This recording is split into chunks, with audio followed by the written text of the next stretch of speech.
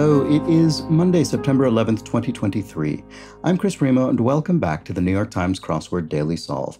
It's a Monday crossword today, which means we should have a fairly approachable themed crossword ahead of us, which is nice. That's how it's always a pleasant way to start the solving week, so let's hope that's what's in store. This hopefully approachable themed edition of the Daily Solve has been brought to us by Adam and Annette Noble, Emma Smith, Noah Bezanson, and as always, the indomitable Shoalmaster and the incredible Horan family. So thank you so much to the 5 of them, benefactors of the Daily Solve Patreon campaign, for their generous support. They do sustain this channel and keep this series going. I'm very grateful to them for that, as I am for the contributions of all of the patrons. Thank you if you are among that group. Thank you to everybody who contributes at any level. If you'd like to do so yourself, you can find the Patreon campaign at patreon.com/dailysolve or via a link in the description field. There, of course, you can find all of the bonus videos for patrons, as well as the Let's Check the Crosses official mug for benefactors. And I just today, I guess actually yesterday, posted the, I'm solving this again the night before. So yesterday I posted the most recent mini puzzle pseudo speed solve video, the 7 days of New York Times mini crosswords solved, well, ostensibly solved quickly. Not so quickly this week. It was not my finest week. I had one, I think, quite good time. The rest of them were a bit of a mess. Made a bit of a hash of those this week. But they're up there for patrons. I did post them, so there you have it. You can see those if you are a contributor. Thank you, of course, also to everybody who has subscribed to the channel on YouTube. Please consider doing so if you've been enjoying these videos. And finally, you can join the Daily Solve Discord chat server. There's a link in the description field to that. It's a nice, friendly chat community, so do consider it. This, I completely forgot to research the history of this constructor, Hwang Kim Vu. I do certainly recognize this name, so an experienced constructor to some extent. I do not remember the depth of that experience. I apologize for that. I do usually like to look that up. It completely slipped my mind. In any case, this was edited, as always, by Will Shortz, and let's start solving. All right. We'll see what's in store for us. Blank cheese. Cheese that isn't yours in a classic joke. That would be nacho cheese. It is not your cheese. There's a way to kill that pun, pronouncing it in that fashion.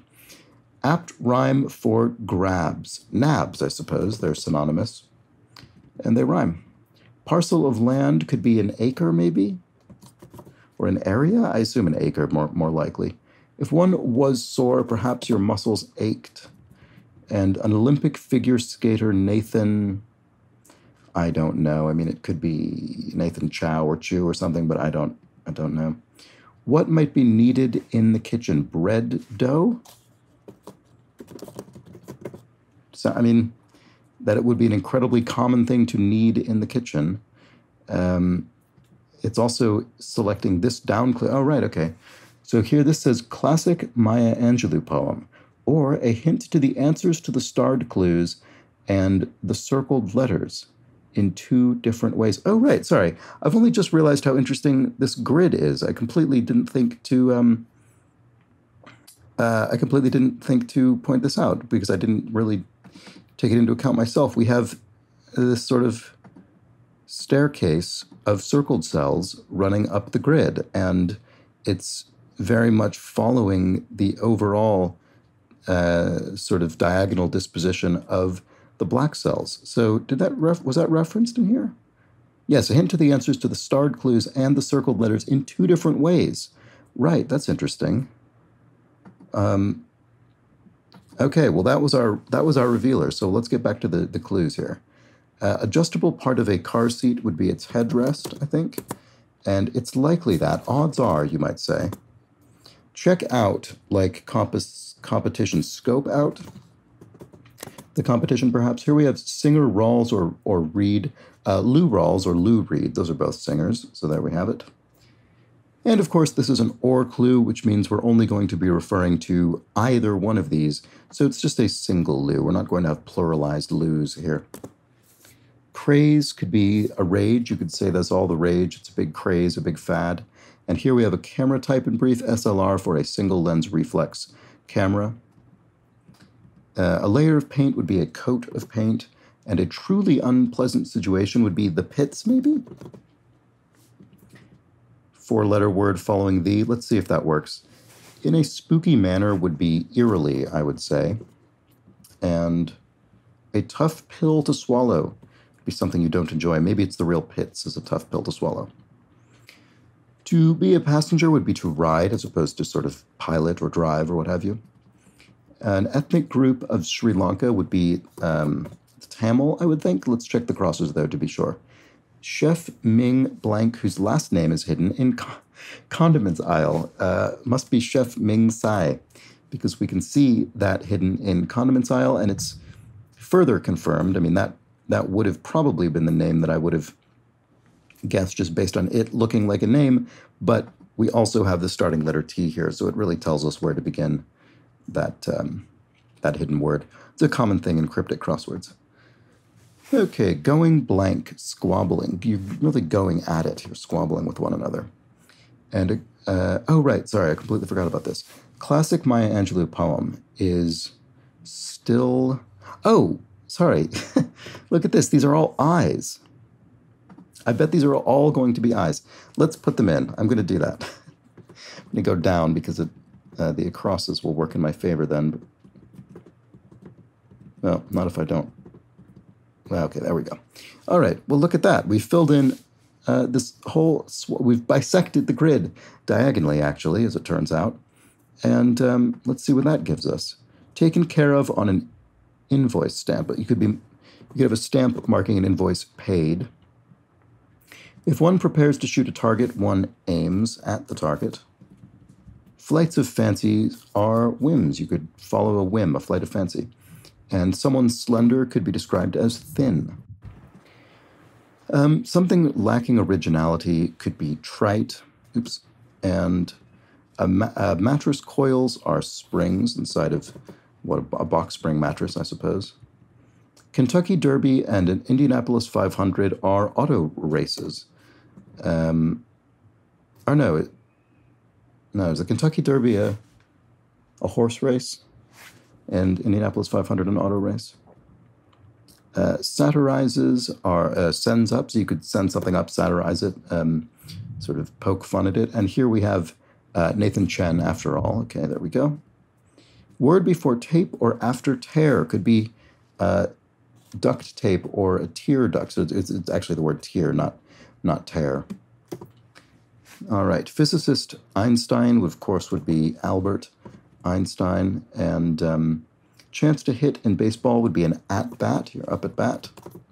Lots of baseball recently in the crossword. To poke fun at somebody would be to tease them. Pants holder upper would be a belt. You could describe it that way. Certain knee tissue for short. Is that the ACL, the anterior cruciate ligament?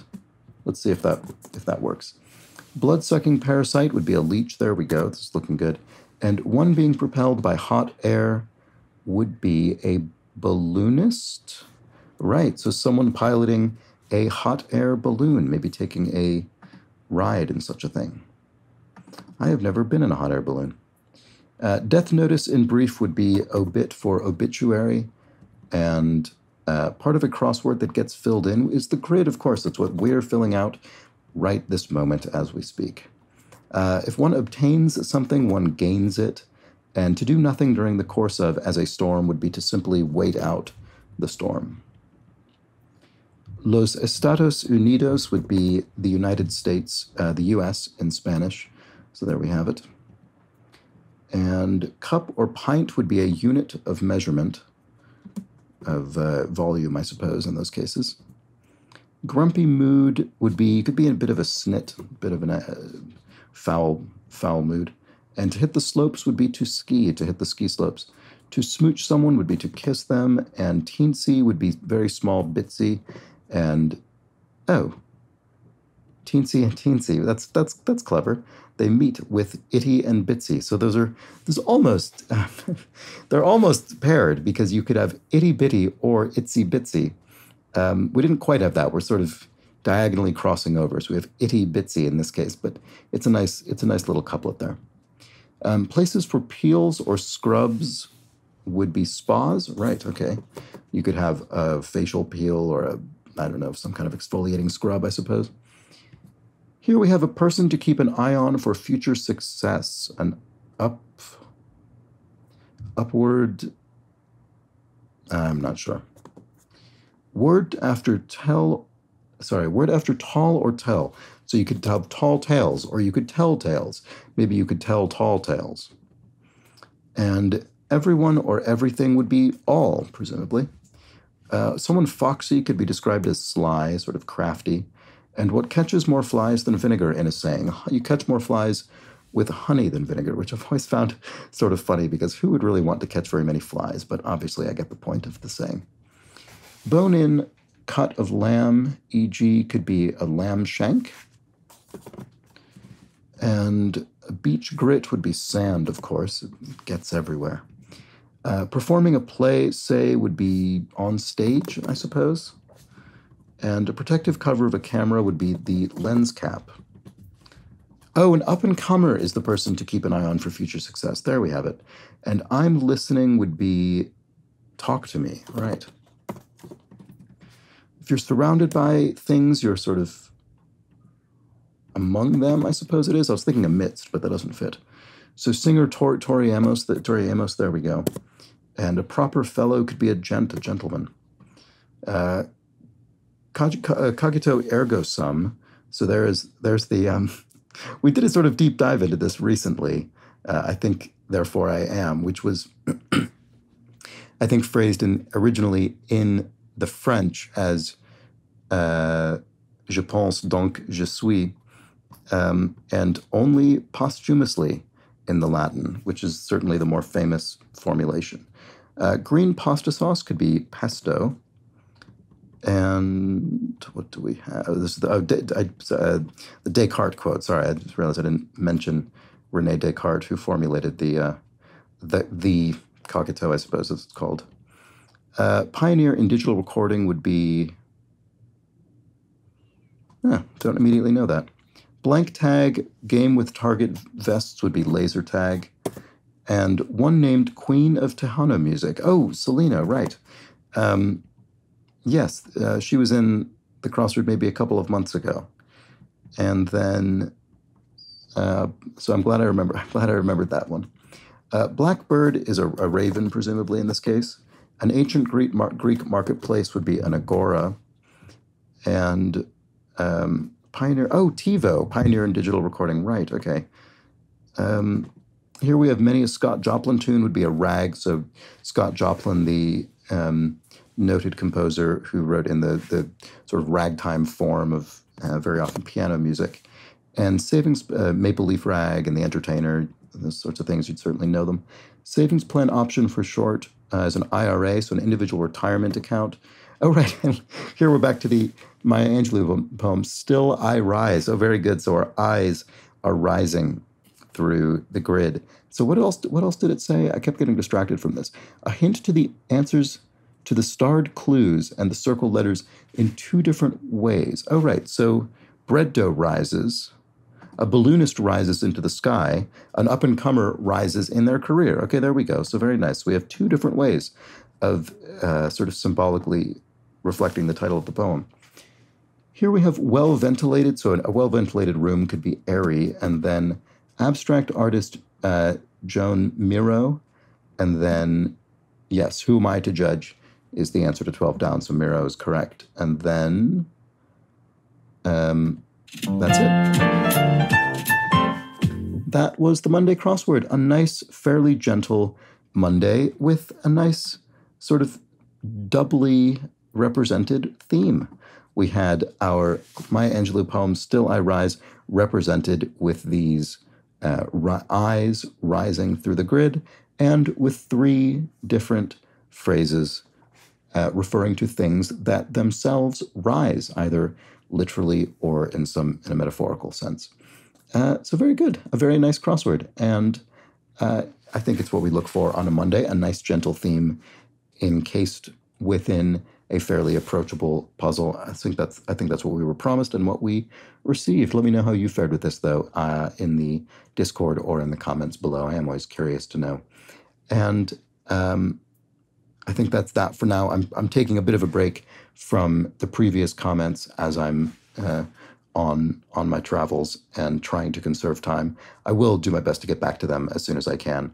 But thank you so much for joining me for another edition of the Daily Solve. I will certainly be back tomorrow for the Tuesday crossword. I hope you join me then. Should be another relatively approachable themed puzzle. But until then, please do have an excellent remainder of your Monday. Take care.